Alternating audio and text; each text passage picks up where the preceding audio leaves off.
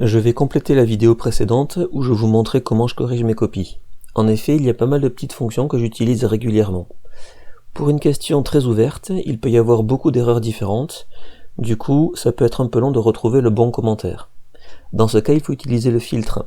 Par exemple, je cherche tous les commentaires qui parlent de masse volumique. Je vais taper le début du mot masse, et j'ai déjà tous les commentaires qui contiennent ces trois lettres.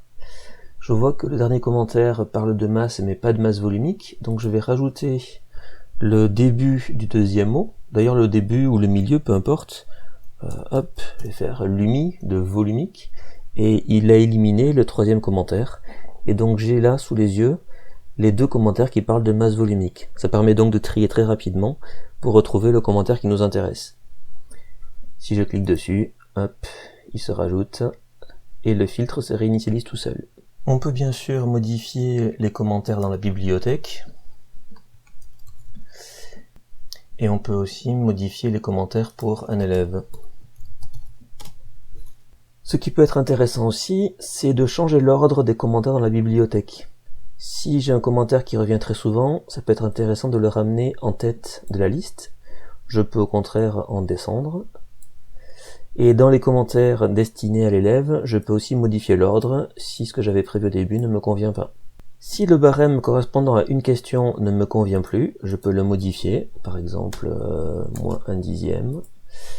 Et si j'utilise ce commentaire, c'est bien 1/10 de point qui a été enlevé.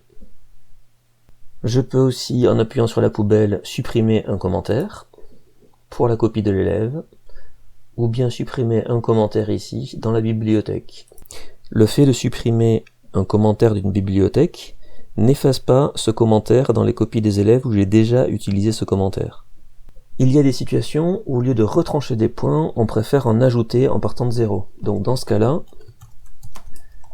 on tape notre commentaire, et au lieu de faire CTRL plus une lettre, on va faire la touche Maj avec une lettre. Par exemple, si je veux ajouter un quart des points, je vais faire Shift J, et ça m'a rajouté un quart des points, donc 0,5 sur 2, et je le retrouve ici, plus un quart. Mais je vous déconseille d'utiliser les plus et les moins dans la même question, car on obtient souvent des notes aberrantes.